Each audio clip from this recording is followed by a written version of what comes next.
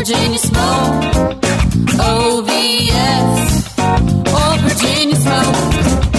OVS, Old Virginia smoke. OVS, Old Virginia smoke. Old Virginia.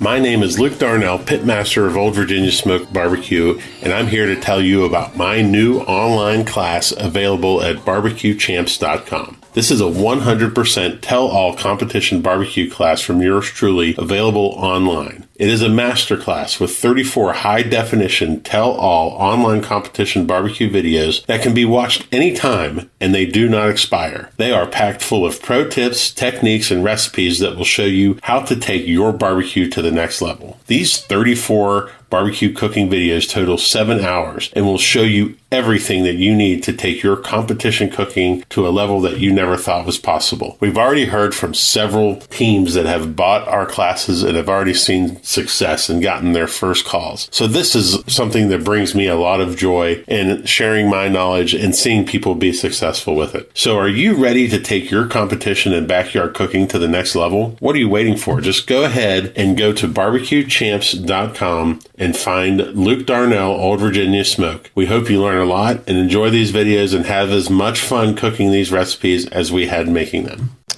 Hi, it's Luke Darnell, host of Pitmaster and Old Virginia Smoke podcast. We have a very special episode this week in which we set up the microphone last weekend at Smoke on the Rails in New Freedom, Pennsylvania, and invited all of the Pitmasters to come by and tell stories about our good friend Ercole Chila of Uncle Pigs BBQ Pit, who we had lost the week before to a tragic car accident. We were joined by Sara Chila and Ercole's daughters, who also shared some stories on the podcast. I think you'll find this podcast full of smiles, love, laughter, and those are all the things that Ercole embodied in barbecue. So please enjoy, and there will be another one or two of these coming. Thank you. Hey everybody, it's Luke Darnell, Pitmaster for Old Virginia Smoke and host of this podcast called Pitmaster. And we're going to have a pretty emotional episode today, but hopefully an episode filled with laughter and smiles as we remember our good friend Ercole Chila with Uncle Pigs BBQ Pit. And I'll start off with my story about Ercole. Back in, I don't even know what year it was. There was a contest in Chrisfield, Maryland, probably about 10 or 11 years ago. And Ercole's brother had passed away.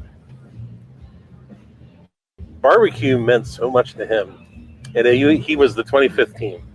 So if he didn't come, it wouldn't have been a Jack qualifier. He and Mike still loaded up the trailer. They came down and cooked the contest because that's how much barbecue meant to him and how much all of us meant to him.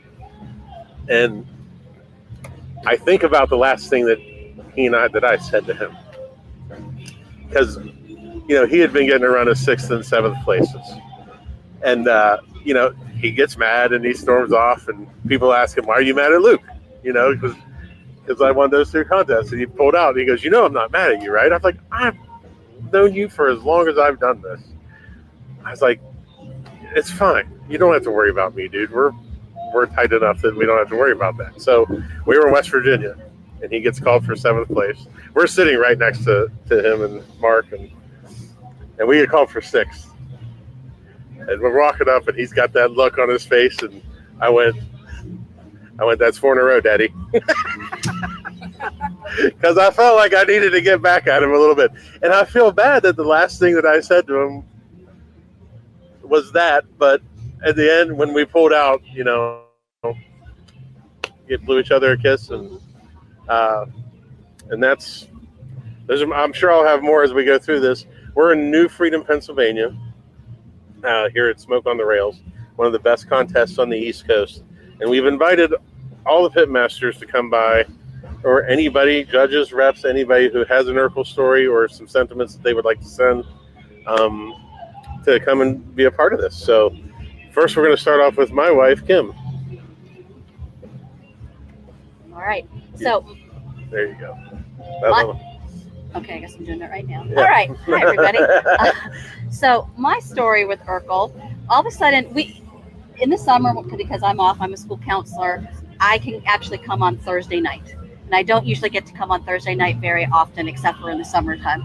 So I remember we ended up pulling in, in the early afternoon at a contest. I don't remember which one it was. And I saw Ercole walking around the trailer. And he had something in his hand.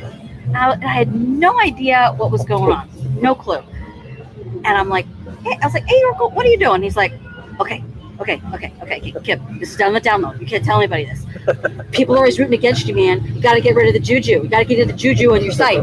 And so I got to get the salt. Got to get the salt out. Don't tell anybody else. You cannot tell anybody else about this. This is my thing.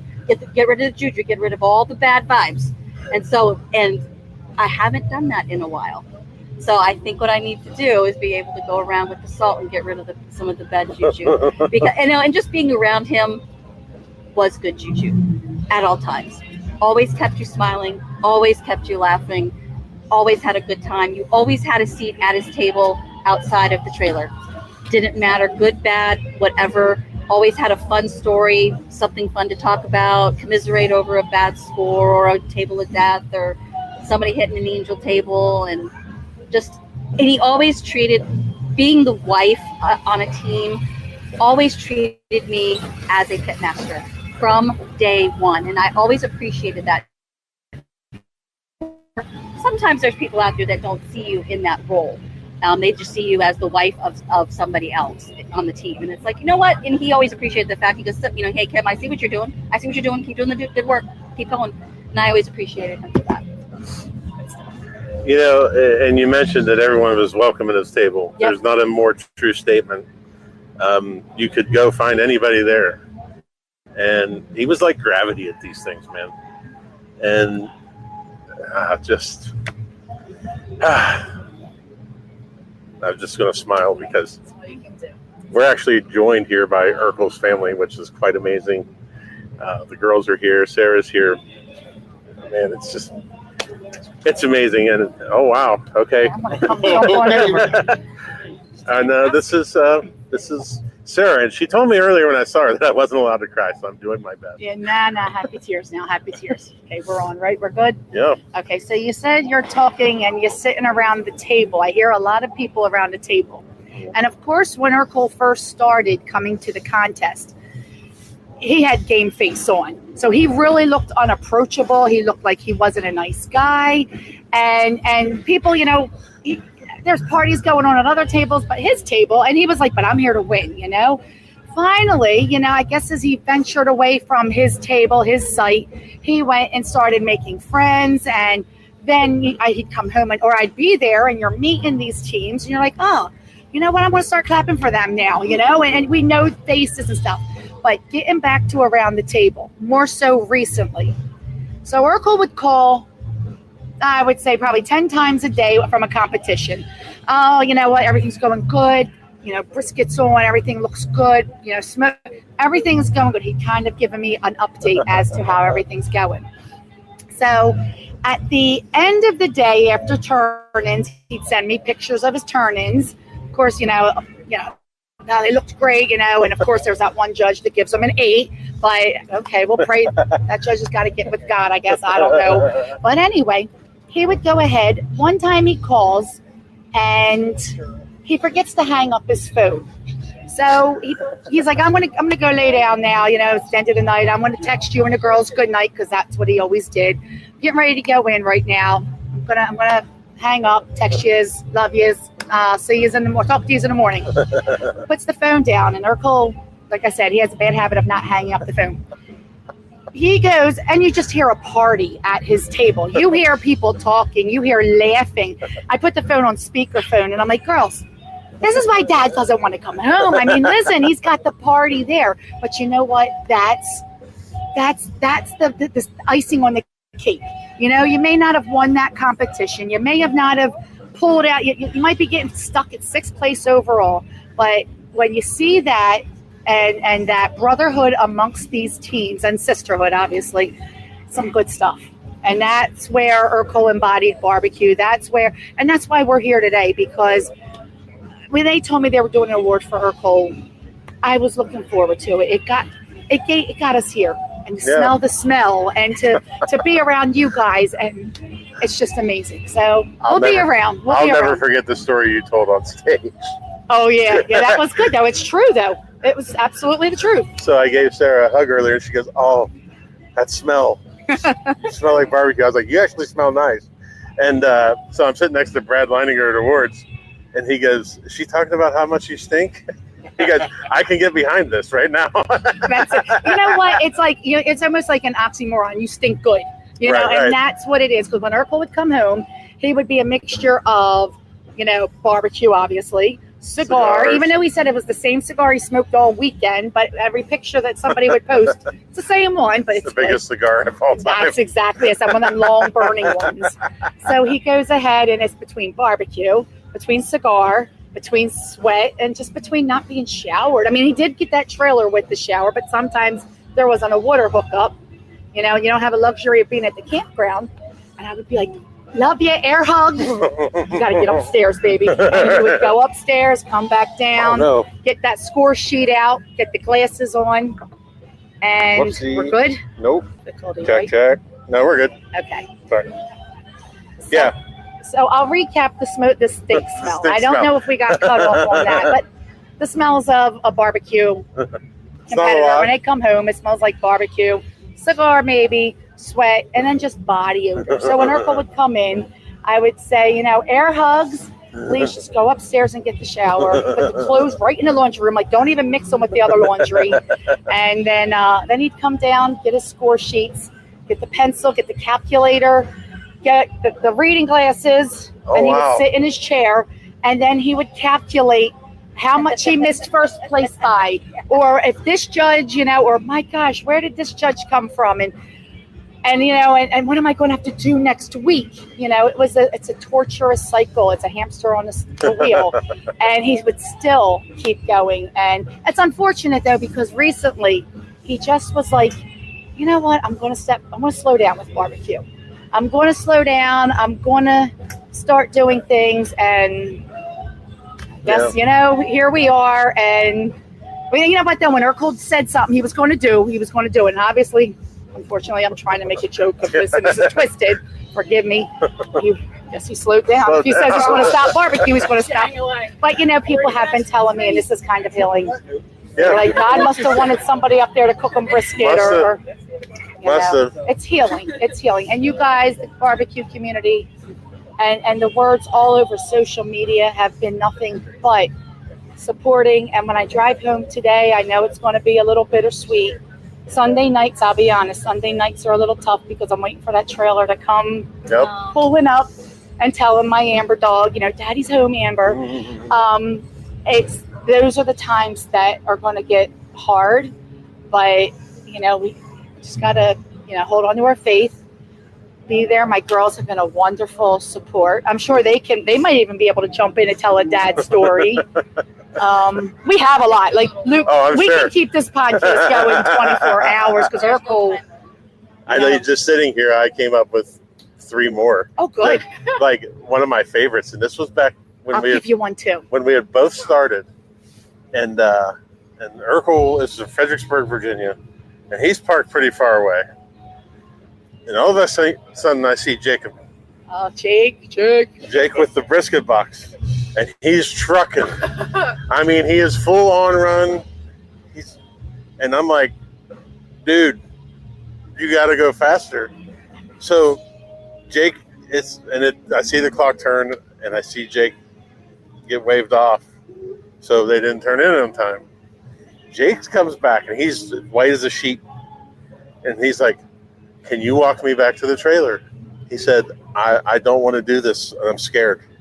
Poor Jake. And I was like, well, you shouldn't be scared because this is ultimately his fault. It isn't your fault. He kept it on the table You forever. hold on to them boxes for last minute, the poor runner. And he's like, I know, but I don't want to go by myself. So I walked Jake. I grabbed the box. I walked Jake back. I went, Ercole, and he goes, it's my fault. It's my fault.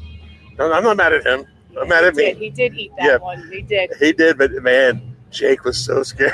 Jake certainly. I remember that. And I can tell you his first misturn, and it's a shame Ted's not here. His brother-in-law, Ted, Yeah. was Middletown, Delaware. That's how far we go back. And it was a nice state fair one. And I forget which meet. Ted might remember. He missed a turnip. And when, I think this may be why, he must have heard the story from Ercole, because when Ted came back with the box, I mean, Ted probably was wearing it afterwards. I mean, Ercole might have threw it at him or whatever. I mean, you know how much love, sweat, and tears goes into these Yep. boxes, and now you're just out of the game. But Ercole's heart, forgiveness. I mean, I dropped a bicycle. I was moving a bike in the garage on his prized possession of a 71 Olds. It's under the cover. Had it since he was a kid. We used to call it the $1 million car because half of the money ever he made went into this car. And I moved the bike out of the way, and the handlebar spun around. The gooseneck hit the fender. Of course, it's not a fender it's a connected. It's a 71 Yeah. Olds. Dented it. And I was so afraid to call it. I'm like, if you want to divorce me, I'll completely understand what happened. And I'm like, drop the bike on the car. Hey, how bad's the dent? It's small, but it's on a back quarter panel. It's okay. It's okay. So it's like right then and there, you know, that heart that I keep hearing everyone says, he had a huge heart. He was always forgiving. And, you know, that's how I've heard so many of them stories. And that's but yeah. But thank you for doing this, though, because this is some good stuff. And it makes me smile. We got a couple Pitmasters here that have some more stories. Let me get out of the chair because Ercole knows this word he get. If I talk, he talks. Thanks, Luke. You're welcome, I'll leave Sarah. the chair for the next person. If anybody... Come on over, Rich. This is Rich. Tell everybody who you are, buddy. Rich Ryback from Ain't That Rich Barbecue. Right on. And 2 years ago, I told you I would be on this podcast. I mean, I was hoping it would be, of course, me winning my first GC, but that's going to come one day. But either way, I've been listening to your podcast for years, and you always ask the question, like, what made you get into barbecue? And part of it was Ercole. So I would have answered the same question regardless if it was here today or another time. But basically, I saw he was a 3-time champion at Wildwood, and I'm like, huh. So I started doing research. I went to the restaurant, unbeknownst to you. Yeah, I know. And I tried the food. I'm like, okay, let's see what.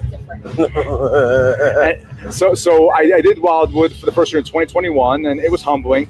And like, who's this? Uncle Pigs guy, and he was intimidating at first. And I'm like, okay, I see everybody's hugging him, but I don't feel like I'm part of the group yet. Okay, and it took me a few years, but then he offered his first ever class. And I'm like, well, I got to take it. So I took the class, and that's where I learned the real Ercole, who he was.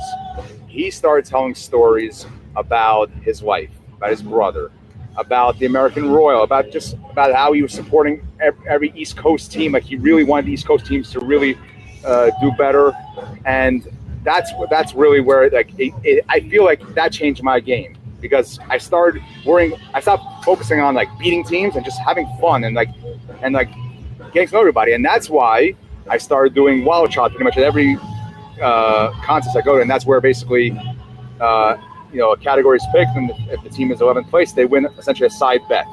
So at each contest that I was at, I would always seek out Ercole to pick the category, and he always found a way to pick brisket every single time. But he was having a great time, and he loved picking the cards. And I saw him 2 weeks ago at Wildwood. He picked the card, and I just can't believe, like, 3 days later, I got the news. Like, what? I mean, I'll be honest, that hit me harder than Hulk Hogan dying. I would hope. I mean, it was like, what? Yeah. So I wanted to kind of give back to you guys. I met you today, Sara, officially. I know we've Venmo'd each other a few times, but for this weekend's contest, in lieu of a wild child, like announcement, Ercole's the honorary wild child, and everything collected first part of wild child is going to you guys, the family, and it's the least that we all could do, because again, barbecue gives back, and like, we're a family, and it took me a few years to realize that, but we're here. So again, excellent. Thank you for having me. Great job, Rich. See, you made the podcast after all. I'll be back. Thank you so much. Come on up here, big guy. Craig's not allowed to talk. Big guy. This shirt make me look fat? No, my fat makes me look fat. Right. All right, we got Charles Cridlin here with Wolf's Revenge, because they've recently named a roller coaster after it. King's Dominion.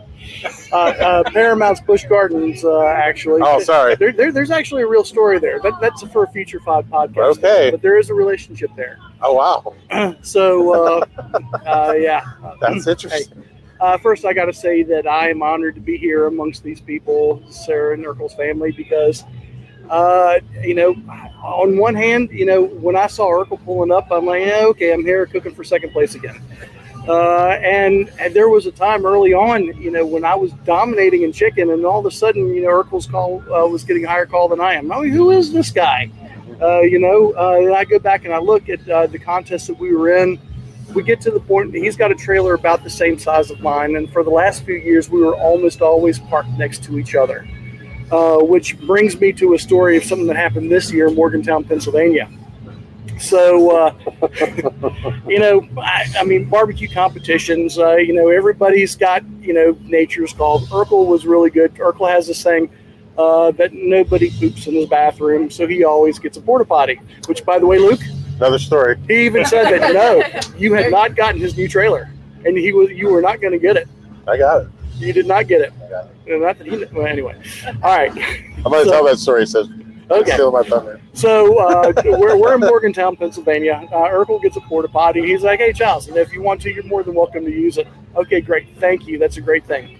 3 o'clock in the morning, I've lit my pit. I'm waiting for it to come up to temperature. There's the porta potty. I got to go. I'm in there, and all of a sudden the doors somebody starts pulling at the door. I mean, what the hell's going on? And I hear somebody cussing. It's Mark Flanagan. Mark is like, somebody's using our porta potty. He goes storming in, wakes up Ercole, screaming and yelling. Next thing I know, I hear this boom on the side of the porta potty. What the hell is this? Then another boom. It hit so hard that it knocked the soap dispenser off and hit me in the head. And look, I'm in a compromising situation, right? I can't do anything. I'm in here, mid-business, and then I hear Mark go back, and I'm like, Mark, it's Childs, it's me. Mark goes in there, and he goes, Ercole, somebody's using our porta potty. Ercole goes, well, I told Charles he could use it, right? Mark was so pissed off, he could not go to sleep. I was so pissed off, I couldn't go to sleep. Ercole's laughing the whole time. So ever since Morgantown, because we're still parked next to each other, every time one of us goes into a porta potty, we look outside. Is Mark around? Is there any wood that's going to fly? So, but that's the kind of relationships you build with somebody when you're next to them at every competition.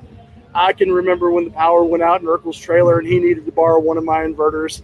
I can remember when Bill Jones' car broke down in the middle of, he's cooking, and he takes time out to replace cam sensors, Yep. I mean, the engine's still hot, and he's sitting there cooking, and he's like, replacing a cam sensor. Yeah, you'll be good. You'll be fine to get home, his heart is as big as his trailer. He's just an absolutely awesome guy. Another thing that I respect about him is that he never got directly into the politics. He kept his head down. He worked his ass off. He made a name for himself on his own. And the subtle things like the East Coast cream puffs, what a way to make a statement without, making too much of a ruffle. So anyway, I'm proud that I had the opportunity to get to know him the way I did. It's a great story. So, fun fact, don't leave yet. So, fun fact, he brings a new trailer in. I walk over, I'm like, can I use the bathroom? He goes, absolutely not. And he's like, you will, the bullet's flying, cuz if you go in there. And I'm like, well, I was like, what if we just say that I did? And he goes, okay, I'm down with that. So he would tell everybody. I'd walk by and go, oh, he pooped in my trailer. It's terrible. We had a gentleman's agreement that he would just agree that I did it. To this day, you are still the only person that have pooped in my trailer. Brand new, right off the showroom, 2017, I think, 2018 in D.C. Looks like, hey, I just got to pee real quick. And honestly, this is like a 100-degree day, and the porta potty lines in D.C. were a mile long. I felt bad for Luke. Yeah, you go ahead. He goes in there. 30 seconds later, he comes out. I'm going to admit to something. Oh, no. I did. BJ. I will admit to it. I did not. It hasn't spelled the same sense. I didn't do it. It's fine. 90% of the ghost poops weren't real. It's just fictional. 2 times in JB's trailer. That's real. That's real. I had another story that I just thought about. It was both of us. And I can't remember where it was. Start with the story. I'll remember. It was something in New Holland last year. You all in last year? Yep. Brisket? You're trying to tell me New Holland is good. So I asked Ercole and Chila. They're the 2 best cooks in the Mid-Atlantic. So I asked them, I said, hey guys, can I try a brisket and give you mine and help me out? And they both said yes. So we go have Chila's brisket. It's amazing. We have Ercole's. It's amazing. When I give them mine, they're like, tastes good, but the texture isn't right. I'm like, yeah. Then we go back to the trailer, and I'm like, I don't know how those guys do that. Get that soft bite, and it's thick. And I don't know if I'm not cooking it right. I don't know if I'm, So we go to awards, and those 2 are duking it out through every category. We're not hearing anything, so we're just spectators, and we're like, I don't know. And Ercole gets did he get second place brisket, or did you? If I remember right, He did that not get a contest. call, I don't think. No. If I remember that contest, this is what I'm thinking of. Urkel had me all the way to brisket. Yes. And Okay. and I got a higher brisket call, which I got. It pushed me over the top. You were second in brisket, Might have been. I believe. So he's second in brisket. We're sitting right next to Ercole. And I was like, Daddy, it's got to be you. I was like, it wasn't us, it was us. But what did you say? You were messing with him.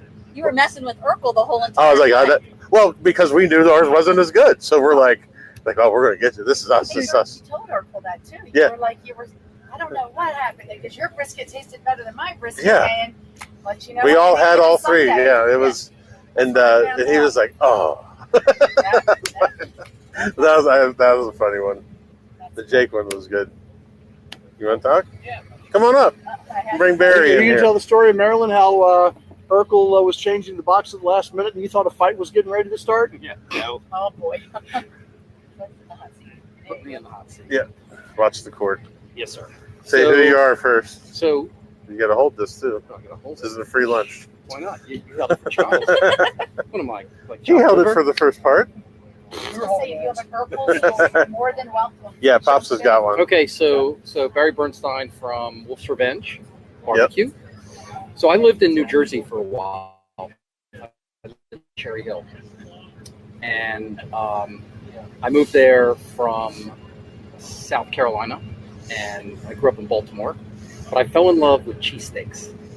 But I can't do cheese whiz. I'm sorry, but that fake cheese crap. Sorry, Philadelphia people, I can't eat that stuff. Just can't do it. So I said to Ercole one day, I said, hey, I need to ask you about Philly cheesesteaks. Do you like Philly cheesesteaks? He goes, oh, yeah, I like a cheesesteak. I said, do you eat that cheese whiz? He goes, that shit? Hell no. I'm not eating that. He says, give me some provolone.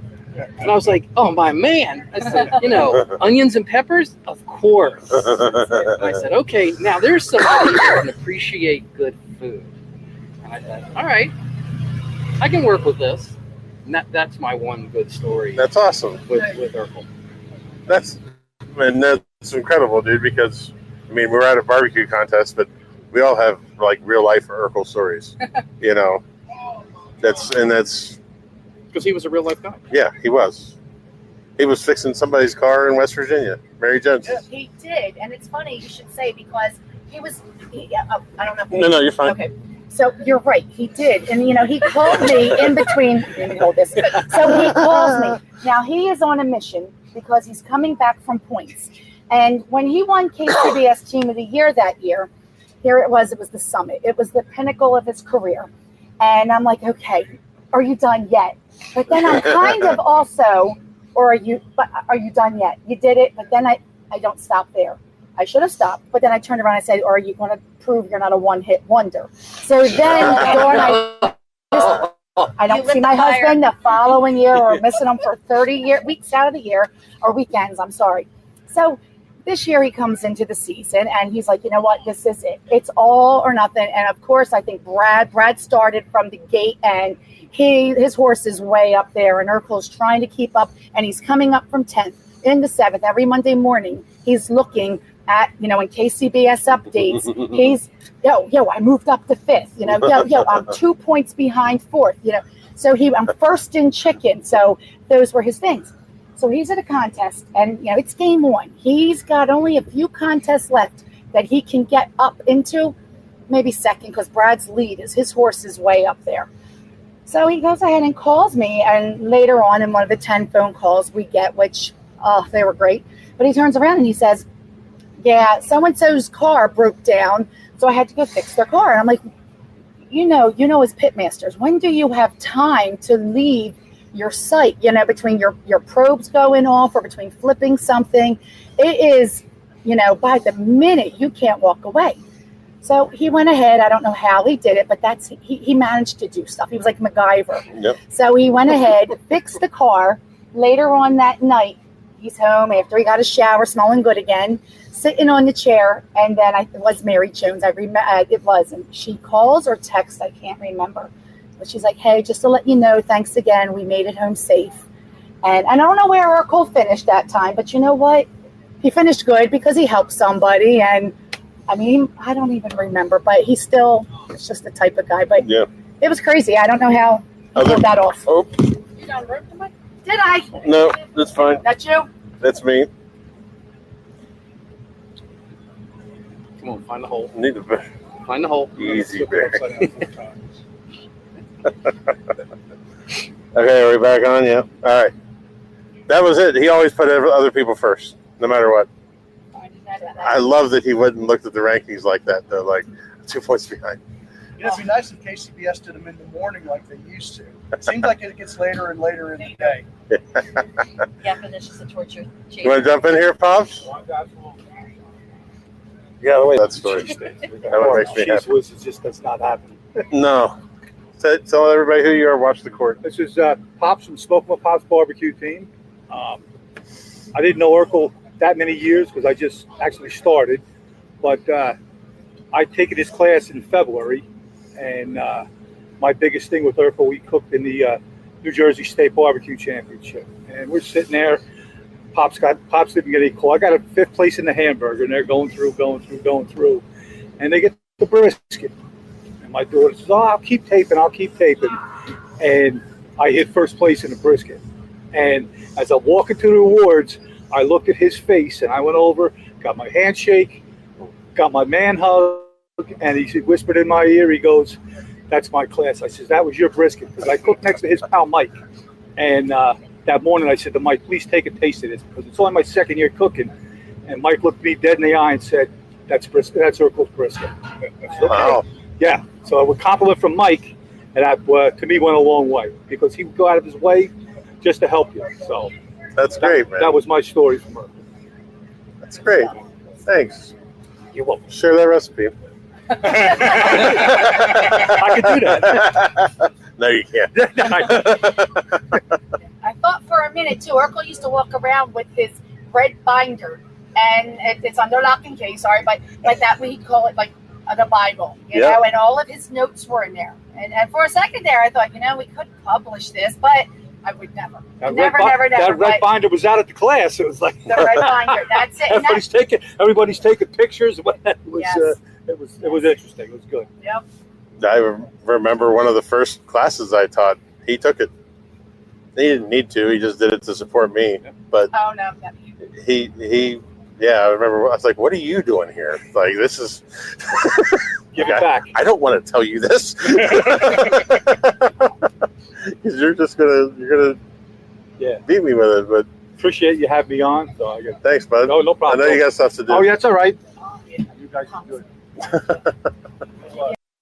I want to hear your version of your dad being a jack. Oh, Yes. God.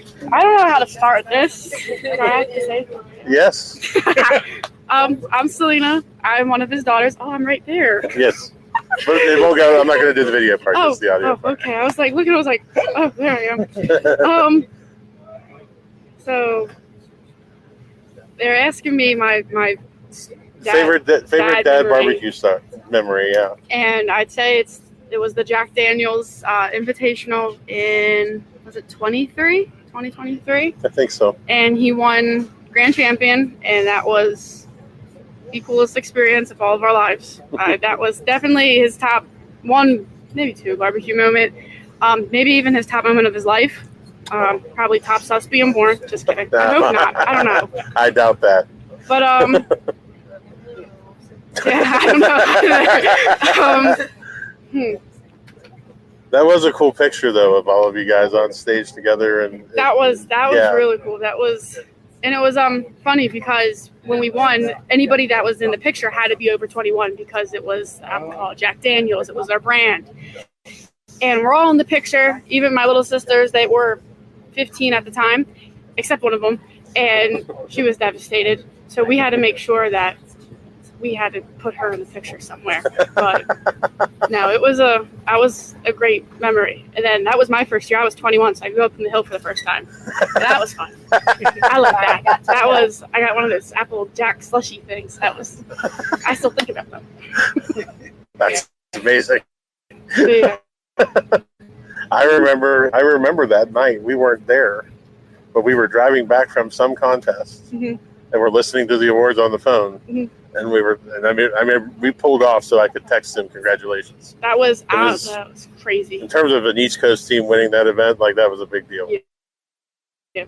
Because the first time we were there, we got 4th place overall. We were close, but I think chicken or something. You always said, "I did my chicken this way. I did my chicken this way." I was like, "That it's okay." And then we finally got it. We just were sitting there shaking.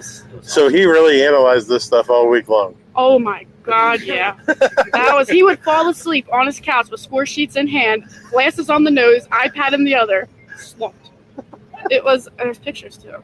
Yeah, they torture. They get to take video There's pictures. so many pictures of him, just a score sheet in one hand, and then next morning my mom and him are talking, you hear him, at this point with this, and that was that. And, yeah. I was obsessed. It was a barbecue household, that's for sure.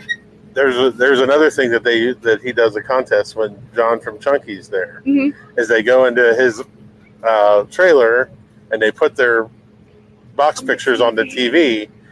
Oh, you yes. were in the trail. I remember you They had did it this at one of the campgrounds. one time. We did it. You pulled, I think, and then Bob's Hobbs I came forgot about in. that. We did it one time because they're putting their boxes up there, and Kim and I are like, ours aren't nearly this neat.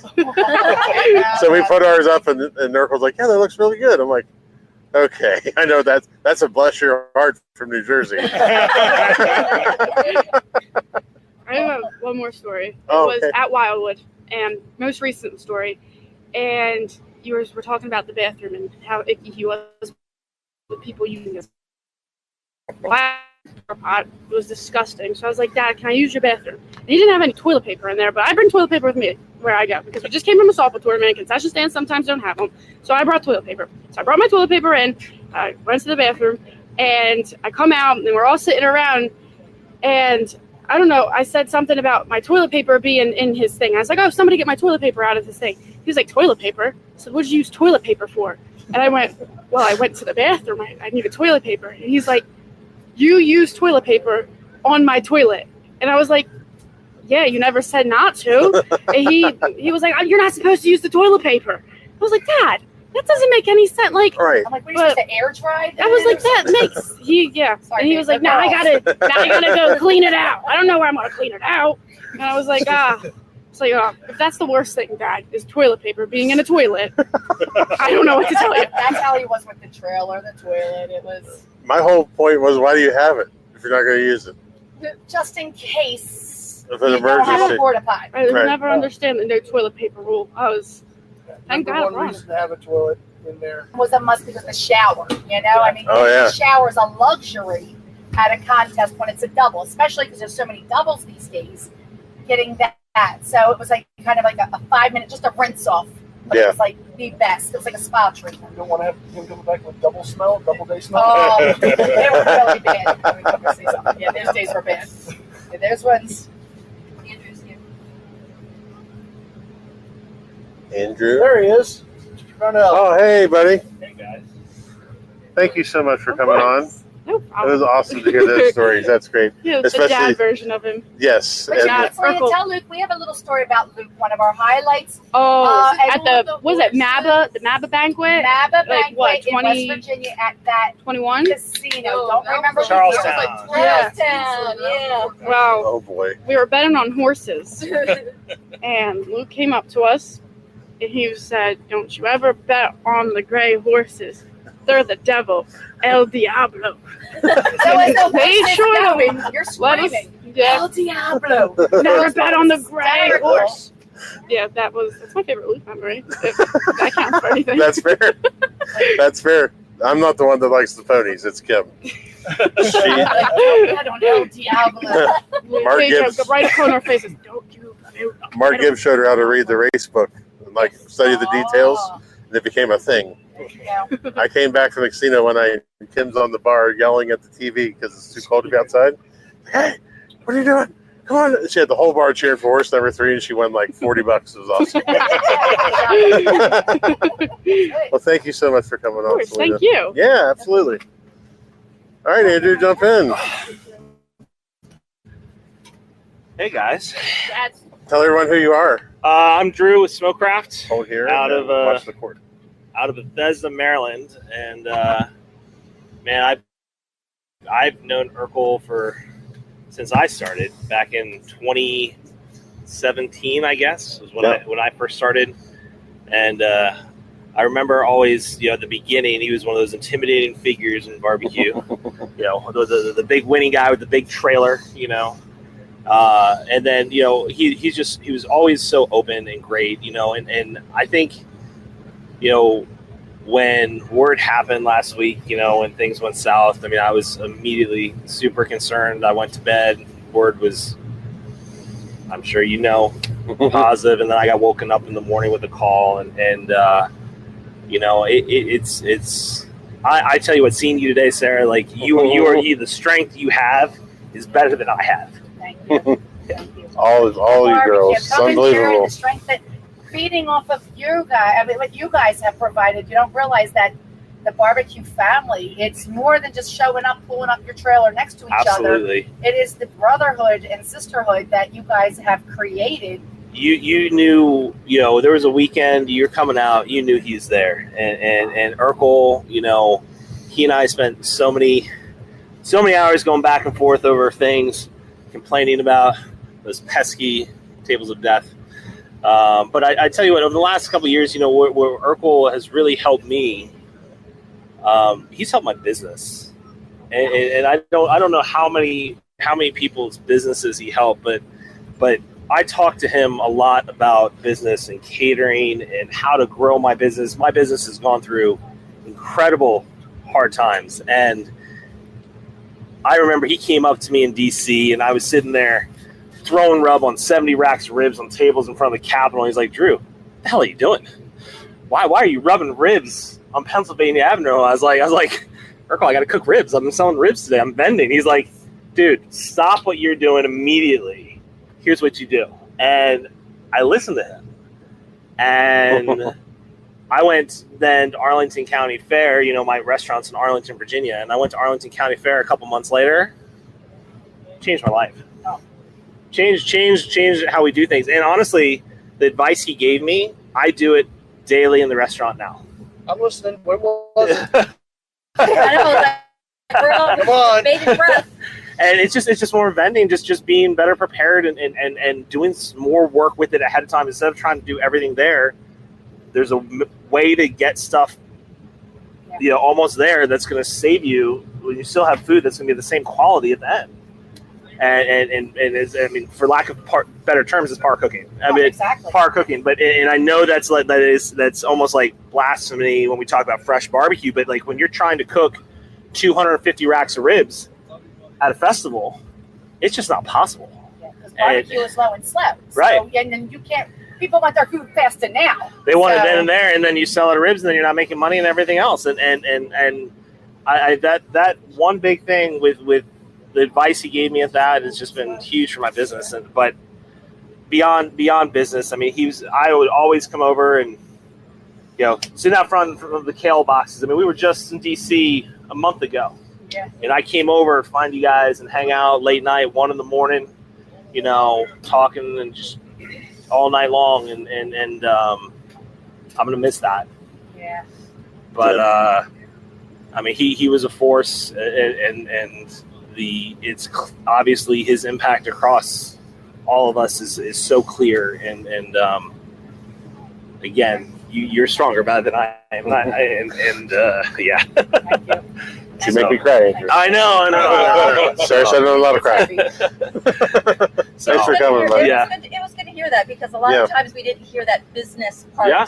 of Ercole. You know, in the business, you always kept talking about the competition side. So it's good to hear that story. And he learned one thing was work smart but not harder. Yeah. And that's the thing. When we vended Wildwood, Yeah. you know, you need to come and you're bringing, you know, 400 rounds of, like you said, put them in the smoker, you know, you get them started, and then you finish them at the contest or at your vending. And it makes more money.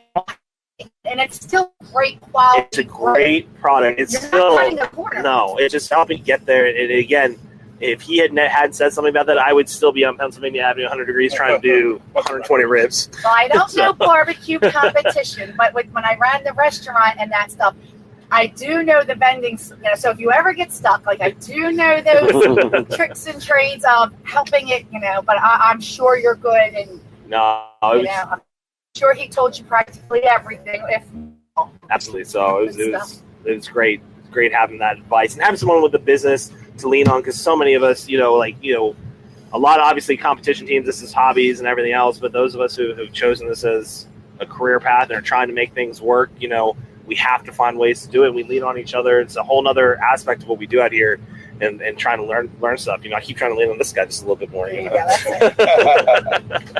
So, but yeah, no, he's gonna be greatly missed, and yeah. So, yeah. Thanks, Drew. Thanks, Drew. Yeah, thanks for having me, Giles. I mean, the impact, you know, we all are involved in barbecue in a lot of different ways. And I mean, he was just involved in everything. Come on up. Probably be the only time you're ever on this podcast. Fair enough. Fair enough. It's the first and last and everything. No, you never know. You guys coming up together? Yeah, I mean, Might as well. Okay. see, slide in here. This All the is stores meshed together, brother. this is Gouda's Barbecue, their backyard team. Soon to be masters. Soon to be This masters. is our last backyard competition. All right. So tomorrow ends a chapter in our life, and I'll tell you, like, this is about Ercole, right? Yeah. Yeah. He's one of the people that drove us to get out of backyard, and I tell you, after DC, Along after with his Luke. motivation in DC, we looked at each other like leaving DC. Like, I mean, we did good in DC, but Ercole was one of the ones who was like, "Hey, man, like you guys are good enough." Help us throw a whole cook. Yeah.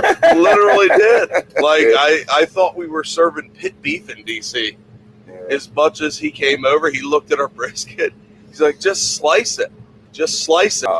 Frank from Red Smoke and Ercole were like the first people we met in barbecue, hands down. And Ercole, one thing I always admired about him is, and not everybody's like that, and that's what I loved about him, is he didn't like I'm an extrovert, so No. yeah, Not done. nah.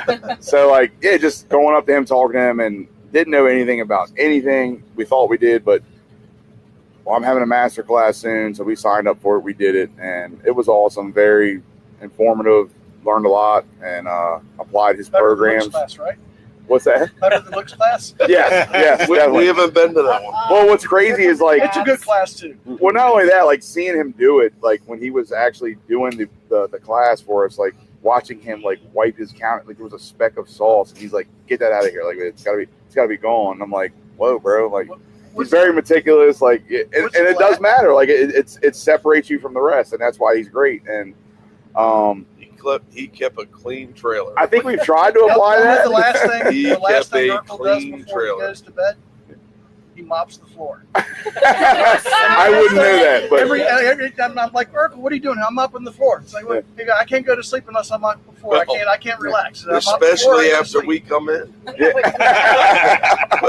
Actually, we gotta come tell in the story. asking for baby powder. We gotta He's tell like, the- hey, come on, boys. No, tell the story, dude. Come No, on. seriously. You gotta tell it. It's on the podcast. It's You gotta tell it. 110 degrees outside, and 3rd Street in DC 2 years it's ago. hot. And big blocks are going to be big blocks. We're hot and sweaty, and What have we been asking for all weekend? we start chafing. Baby powder or and we went down the whole line. Asked everybody, you got baby powder? You got baby powder? Ercole said, yeah, come on in. And it was the year that he got the trailer, like it was brand new. He's like, yeah, come on in. And he's got We literally dropped skivvies in his trailer. We were like, two wow. big boys just Yeah, we sitting did. there just He goes- slapping powder on nuts. he goes, oh. And you know what? He didn't care. He didn't care a bit. He didn't care. He said, do you feel better? We were like, On yeah, we do. ourselves, Thank you. on ourselves. That's I He had a didn't visual. care a bit. He looked at us like, good Lord, have almighty. Well, no, you Charles, go into I a had the clean same trailer visual. like that, and you're like, no, you can't possibly do that. He's like, nah, go ahead. Charles, I had the same visual. Hey, man. No, but to piggyback on him again, like he's pretty much running his programs through our growth in the past couple of years, and this past year we've really, as you know, because you called me out, and DC has been the Yeah, we've staple been doing of good. Ercole with us. it's his programs, 100%. Like I know he has multiple programs, but it is the program he taught us, and we ran it, and we've done very well with it, and. But tell him about the asshole that came up to us.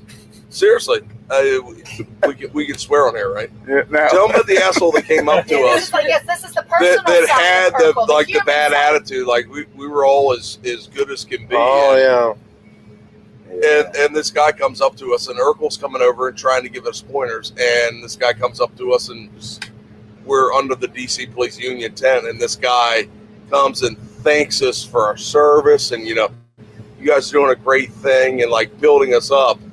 And then he reaches out to shake my hand because Donnie identifies me as the policeman of the group. And this guy like throws his hand over his head and fuck you, you fat motherfucker. Fuck. Like I'm using the same language that he's using, but basically like, I hope you die.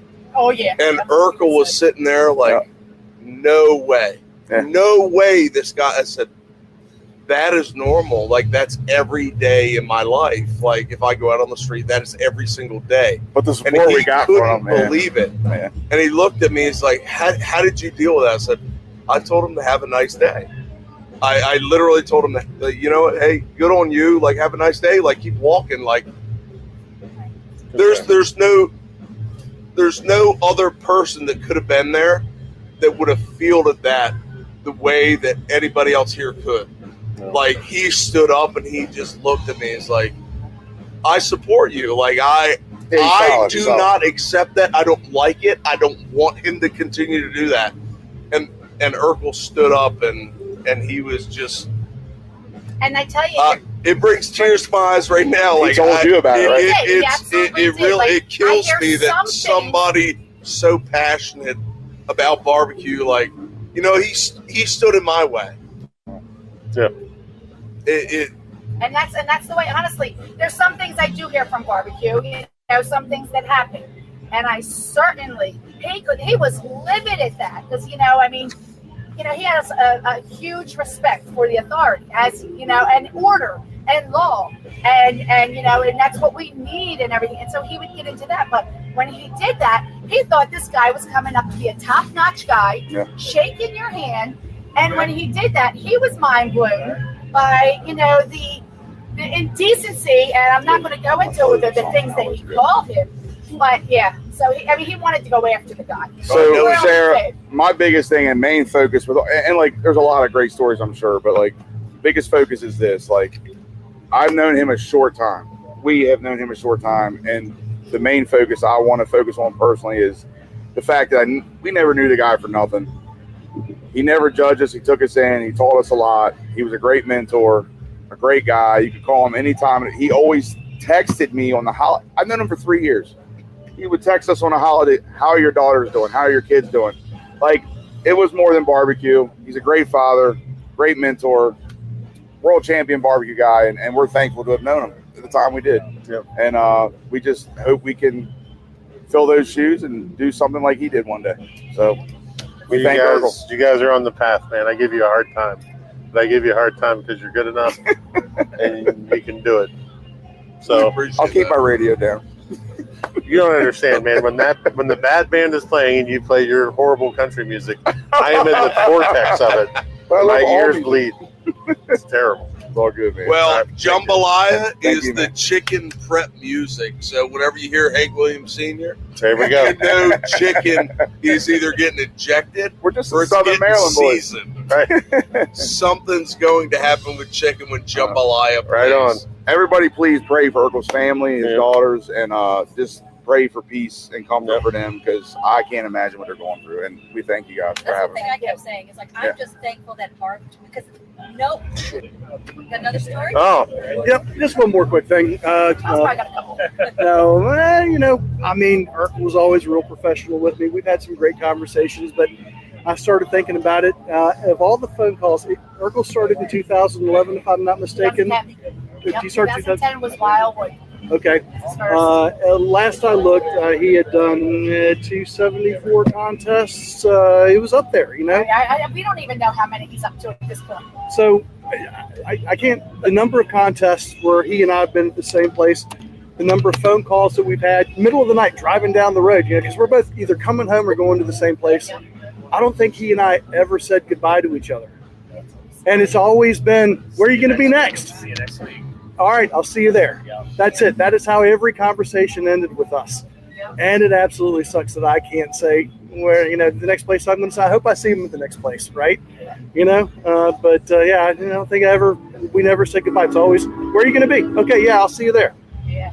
Well, you know, no, Charles, I do believe he is still here. Like, I really, like, if there's barbecue, whether it's here, we saw somebody go into Utah and they put the hat on the dash.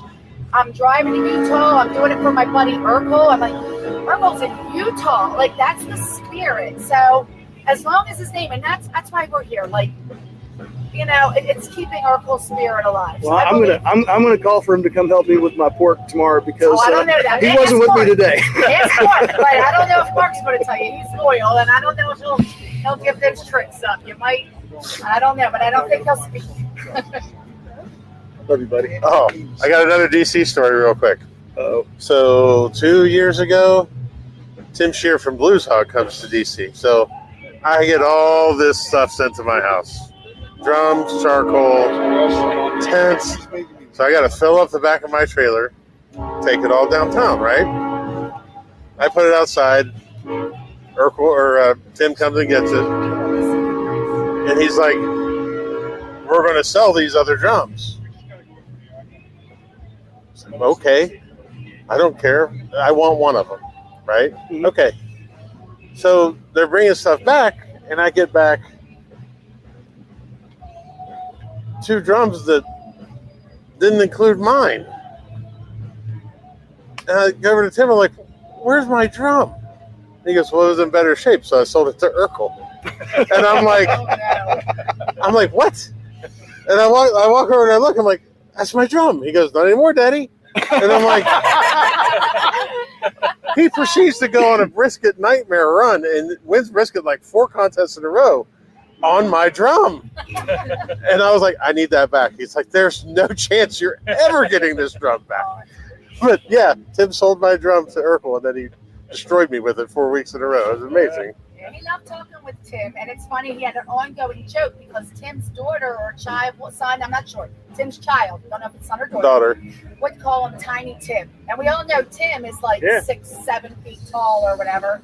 And it's funny, you know, hey, Tiny Tim, you know, that was his ongoing thing. And he had a nickname for everybody.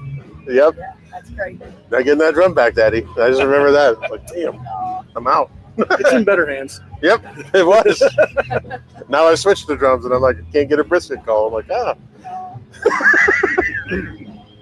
oh my God. I think I need a new cord. Absolutely. I've done a podcast before, bud. What? Podcast virgin here. Oh. Okay, Frankie's never been on a podcast, everybody. Never done a podcast. Tell everybody who you are, where you're from, what your favorite color is. I'm Frank, Smolga Red Smoke Barbecue out of Powhatan, Virginia, and like red. That's where the name Red Smoke. There you go. Redhead, there you go. know? What's your Ercole story, bud? Oh man, I took Ercole's master class, and learned so much on it. So I'm a backyard team, and this season I've been doing a lot of different master events, trying to work my way in and get a program together. So my first contest was down in Carrotuck, North Carolina. I talked to Ercole prior to going to it, and I'm like, I'm just nervous about the brisket. I don't have my brisket program down. He's like, well, you took the class, you didn't pay attention? I'm like, yeah, I did, but it's all these guys, all these big names. It was like that were down there and going in this by myself, doing a 4-meat cook by myself. And so I said, can I be next? I asked to be next to his site. Sure enough, there it is. And, he would lean out the back of his crow's nest and say, how's it going over there? It's going, but I'm not sure about it. And then he'd come by and, we kind of can't say too much more because we get in trouble, but he would come by and he's like, yep, tastes familiar, and walks away. And I'm like, yeah, but that didn't give me any feedback, Ercole. He goes, tastes familiar. And he keeps on walking. And I'm like, and then he comes up, did you slice again? I'm like, slice again? I need to do that now? He goes, might want to do that. I'm like, okay. So I take the brisket bag out and get it.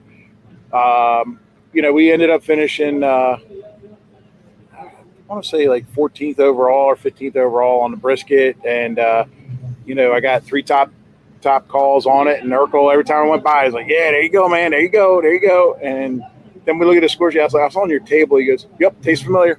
I was like, well, they didn't give me no help. But, I went to South Carolina recently due to Festival of Discovery, and I took that contest on. It was a lot of teams, 66 teams, and now I'm doing this by myself. And I talked to him prior to it, going down there, and It's all right, Frankie. Sarah says you're not allowed to cry, though. No. How can you not sometimes? I mean, there's just so much love. I mean, Listen, we still cry. You can cry. Well, I went down there and I took 15th overall out of 66 teams. That's a backyard team. And I was like, that's what I do. Ain't no backyard no more, big guy. It's okay, Frankie. You know what? When we cry or we get emotional, it's all of the love that's in your heart that we just didn't get a chance to get all out. I read That's all somewhere is grief is like to feel grief, you must have felt love. Yes, exactly. And I read that somewhere. And I didn't get a chance to call him and wanted to tell him, but I knew he knew how I did, and I just want to go. I want to go on, and I'm gonna take it up. You guys had a great dad, and I know he's proud of you, buddy. Oh yeah. I know he is. He talked about you all the time. I told my wife the other night if I could be half the man that he was with his daughters, because I have a daughter, I accomplished something. Your dad was great. I'm sorry. Yeah, I gotta give it. Did not I'll bring it in. Don't apologize, Frank. I will tell you, Frank. Yeah. He was a great guy, and he always, it didn't matter what you did. He was like, hey, come on over. And just sit there and talk with him. He was a really good man. I have to tell you something. The first time I was on the Food Network, I cried, and no one lets me forget about it. I probably won't either. This is your first podcast.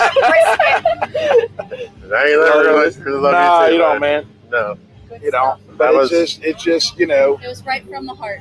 Yeah. And if anything, in any part of his life, he was a mentor. Yeah. And I know he loved that about this. And he loved it when people that he helped did well. Yeah. And that's important. So it is, because that lets him know, that what I did and what I taught him, he took it and he ran with it. Yep. But on a side note, funny note, in Urbana, Virginia, after his class, it was the first contest after his class, and I was running ribs, and I said, "Hey man, I did the rib wrap," and you know, we got talking a little bit, and he said, "What'd you put in there? Because I think I gave you the wrong thing." And I'm like, "Well, I put sugar in the roll in," and he goes, "Yeah, no." Well, I ended up getting my very first 180, and I walked by, and he goes, "It worked, didn't it?" Yeah, it works. So, you know, and our rib program for our team is, since that class, is like we've ended up getting 2 180s in ribs and a 178 in ribs. And then tonight here Smoking the Rails, I don't even know what the number was, but we took first place in ribs. So our rib program is running good. Nice. And it's the Ercole's, you know, it's the sauce, you know. Right on. It's a slurry. I'm sorry, it's slurry. Oh, the infamous slurry. Yeah. So, you know, he taught me a lot, and I'll never forget him. I mean, it's going to be hard to come around these places and contests and not seeing him here, smelling the cigars going, but you still see him and you still smell him, bud. Yeah. So I appreciate it, and Awesome, I appreciate y'all being here too. Thank you for wearing the shirt Thank today. you, Frank. too, This man. means a lot to me because That- you know we were at the comp class, and he's like, I said, "You got a shirt? I want to get a shirt from you." He's like, "Oh, I got a 4X." I'm like, I know I'm 6'4", but I can't wear a 4X. It look like a skirt on me. So, you know, y'all brought this up, and I appreciate it. You know, it means a lot. This means a lot to me. Thank you. Thank Awesome. you. Thank you for having me. Yes, sir. Thank you for listening to Pitmaster, an Old Virginia Smoke podcast. Be sure to subscribe and like the podcast, rate the podcast, and to share it out with your friends. Also be sure to check out the Old Virginia Smoke TikTok as well. Old Virginia Smoke, one word. That's all you have to search for. It's hilarious. Tune in next week for another great episode of Pitmaster. For companies interested in advertising, please contact Old Virginia Smoke directly via www.oldvirginiasmoke.com. Pitmaster, an Old Virginia Smoke podcast, is edited by Chris Sedanka. Pitmaster, an Old Virginia Smoke podcast, is a property of Old Virginia Smoke LLC. Old Virginia Smoke.